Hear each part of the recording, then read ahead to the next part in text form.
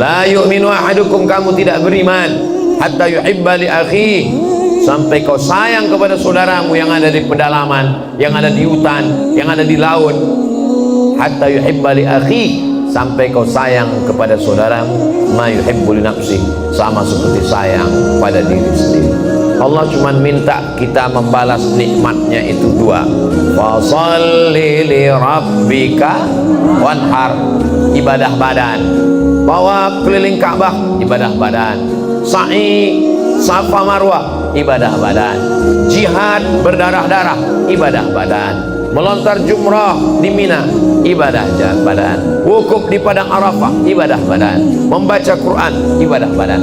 Tapi terwakili dengan satu tiangnya. As-salatu imaduddin, salat adalah tiang agama. Yang kedua ibadah harta, zakat, wakaf, infak, sedekah, wasiat, hibah, termasuklah ini kurban. Jadi kurban ini bagus sekali. Ustaz, boleh saya berkurban kirim untuk almarhum? Boleh. Mana dalilnya? Nabi berkurban, Allahumma hadza an Muhammad wa ummati Muhammad sallallahu alaihi wasallam.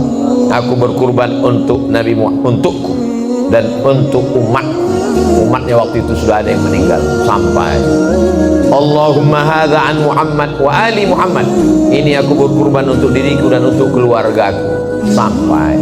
Jadi berkurban untuk orang meninggal dunia boleh. Katanya nggak boleh dimakan dagingnya.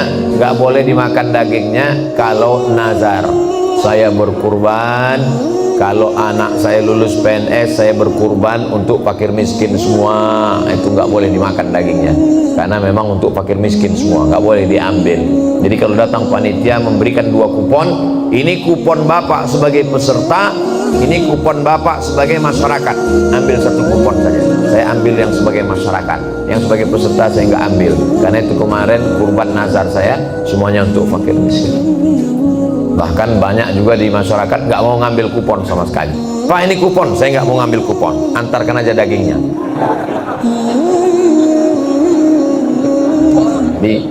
Ini semua aslinya. Yang paling bagus kurban itu fakulu minha, makan sedikit. Boleh saya makan hewan kurban saya ini Pak Ustadz? Bukan boleh, disuruh Allah kulu, makanlah, tapi jangan semuanya. Minha, sedikit saja. Makanya yang paling afdal itu adalah dagingnya 1 suap, hatinya potong, hatinya cuci bersih, jangan langsung dibakar. Banyak sekarang orang potong langsung bakar, haram. Darah itu najis, cuci dulu, cuci bersih, karena darah najis. Hurimat alaikumul maitatu waddamu, damu, darah haram. Cuci bersih, siram pakai jeruk, kasih garam, lalu kemudian bakar. Setelah dibakar dimakan. Wa at'imul ba'isal faqir, makan hatinya 1 suap, sisanya bagikan ke fakir miskin. The best, paling bagus. Tapi kalau mau dia makan untuk keluarga, boleh sepertiga. Sepertiga untuk keluarga di rumah, sepertiga untuk fakir miskin, sepertiga untuk sahabat, kerabat, jiran, tetangga. Paling banyak sepertiga. Jadi kalau kita dikasih 2 kupon, itu belum sampai sepertiga. Tapi jangan gara-gara ini semua peserta minta sepertiga. Saya menyampaikan ini tidak mau merubah yang sudah ada, yang sudah baik-baik, sudah bagus. Jangan gara-gara ini besok semua minta sepertiga ke panitia. Kalau ada nanti tiba-tiba setelah tausiah ini berubah, datang peserta kurban, kemarin kata Ustaz Somad minta sepertiga, ini sapi saya mau ambil sepertiga. Panitia nggak usah marah, bilang aja sama peserta, bawa sapimu ini, potong sendiri, bagi sendiri, makan sendiri. Nah, akadnya antara yang berkurban, saya beli kambing, saya bawa kambing saya ke rumah, pagi setelah sholat saya potong sendiri, habis itu saya bagi sendiri. Tapi kita biasanya tidak begitu. Ada yang laki-laki yang gagah perkasa, rupanya nggak berani motong kambing. Jadi kita serahkan ke panitia. Panitia tidak lebih berhak daripada orang yang berkurban.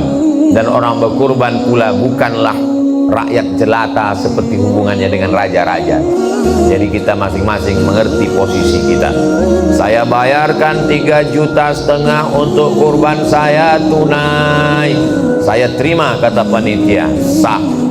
untuk kurban dan biaya operasional tunai. Karena kalau tidak disebutkan biaya operasional, nanti jaga malam sebelum pemotongan, nggak mungkin diinapkan di hotel bintang 3. Siapa yang jaga malam? Mereka ngopi-ngopi, duitnya dari mana? Diambil dari masjid. Orang bersedekah untuk masjid, bukan untuk panitia kurban. Dari mana duit diambil?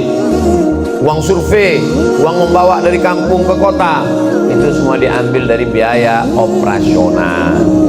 Ada beberapa orang yang tidak bisa kita kasih daging sebagai upah. Sebagai hadiah oke, tapi sebagai upah tidak boleh. Apa beda hadiah sama upah? Kalau hadiah dapat alhamdulillah, nggak dapat nggak masalah. Tapi kalau upah, kalau hadiah dapat alhamdulillah, nggak dapat nggak masalah, itu hadiah. Tapi kalau upah wajib ada. Saya sebagai tukang jagal, tukang potong mesti ada. Kalau nggak ada, ini pisau ini naik ke lehermu nanti. Maka khusus tukang potong, tukang kulit yang kerjanya berat-berat ini, dia mesti dikasih upah. Tanya dia baik-baik, Bapak biasa motong berapa? Nah, nggak usah lah, kita udah lama kenal, bla bla. Terus terang aja Pak, daripada pisau ini nanti naik.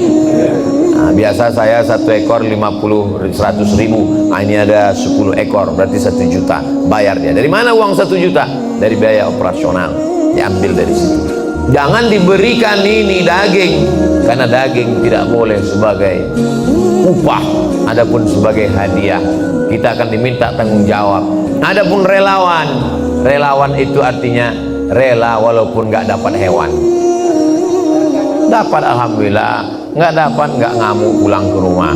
Jadi memang diperlukan mental yang siap untuk tidak dapat. Kalau tidak siap, bagus relawannya cukup terbatas saja. Semua yang kita ambil dari daging yang bukan hak kita ini akan diminta tanggung jawab di hadapan Allah